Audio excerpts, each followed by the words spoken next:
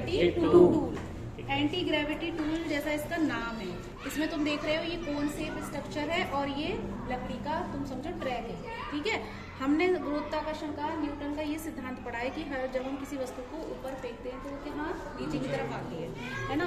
तो यहाँ पे देख रहे हो तुम, ये ऊंची साइड लग रही है हमको और ये नीची साइड, ठीक है। यहाँ पे ऐसा लग रहा है हल्की सी लकड़ी थोड़ी एक्स्ट्रा लगाई गई हो और जैसे यहाँ पे ऊंचा बनाया गया है, यहाँ पे नीचा डिजाइन किया है इसको।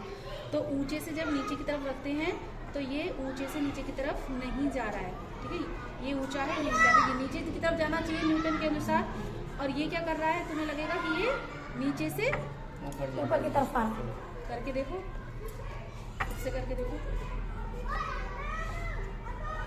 नीचे से ऊपर की तरफ। क्या यहाँ न्यूटन का नियम फेल हो गया है? नहीं। देखो होता क्या है, ये डिजाइन ऐसे किया है, ये कौन ऐसे बनाया है कि इसका जो सेंटर ऑफ मास होता है, सेंटर ऑफ मास मतलब हर चीज की कोई ग्रेविटी का पॉइंट होगा जहां उसका सारा भार होगा।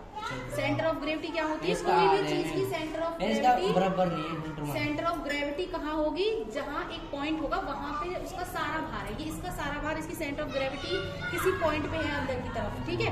मान लो कि जब हमने इसको यहाँ रखा था तो इसकी सेंटर ऑफ ग्रेविटी कहाँ है, ये वाली है, ठीक है, इस पॉइंट पे। और अब जब ये आ रहा है ना तो इसकी सेंटर ऑफ ग्रेविटी नीचे की तरफ जाती है। मतलब वो क्या हो रही थी, जैसे मान लो इस पॉइंट पे है तो यहाँ पे जा रही है तो सेंटर ऑफ ग्रेविटी कम हो रही है। तो ये कोई मतलब वो नहीं है, ये सिर्फ हमारा भ्रम होता है कि ये नीचे से जो है ऊपर की ओर क्यों आ रहा है। बाकी गुरुत्वाकर्षण का नियम जो है वो बिल्कुल सही है।